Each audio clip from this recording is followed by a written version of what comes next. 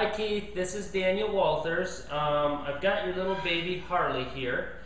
He's going to be shipped this week to California, and I wanted to give you some instructions and show you a little bit about the hand feeding and how we do it. Now, Harley's on 3 feedings a day, once in the morning, once in the afternoon, and before you go to bed.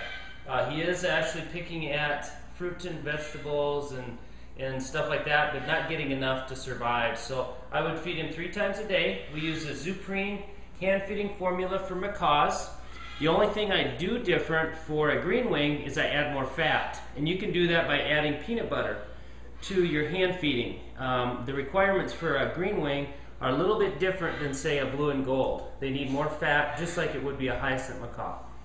And I put them in a tray like this, and this is so if it gets messy, the formula and stuff will just fall through and we can clean it out. I put a ceiling tile in here that he stands on. We're going to go ahead and mix up the formula. You want to have the temperature 110 or above to start with, and then mix it. That'll kill any bacteria or anything in the formula.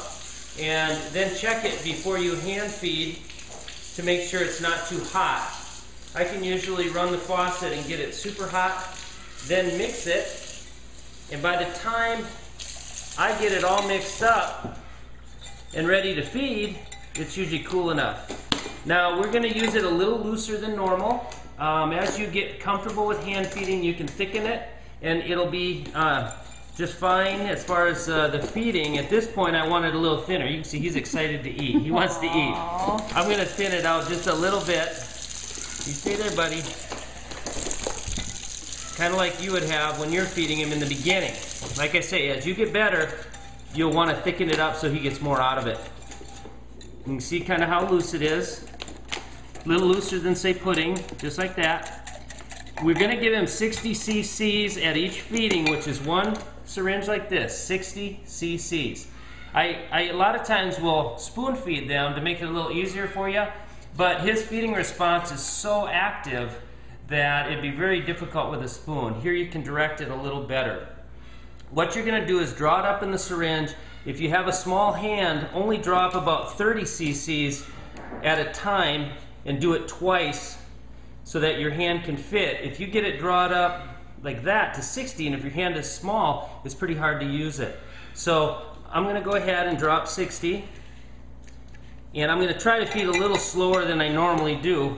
No. And you're going to see his feeding response is huge. So you want to really hold his head because he's going to bob. And you want to hold the syringe on the right side facing left as you face him, right to left. The tube that goes down to his crop, see when I touch him here he starts bobbing? That bobbing up and down like that tells me that it's okay to feed him at that time. If he doesn't bob when you're touching him here, if you'll put just a little bit, hang on buddy. He's excited. A little bit in his mouth so he tastes it, he'll start bobbing. In the beginning, it's going to be quite a mess. And then after you get used to it, it'll get better and better. I'm going to start feeding him. And I'll go slow so you can see. What you don't want to do is you want to make sure you don't push that upper beak. See I'm going nice and slow? There. And he got it all. And a lot of times, I went a little quicker than you'll probably go. But a lot of times, if you go that fast, he doesn't realize he even got the food. And he may grab you and hang on to your hand or whatever, thinking he's getting some more, he's going to get some more. So don't take that as if he's biting you, because he's not. He's just excited to get more food.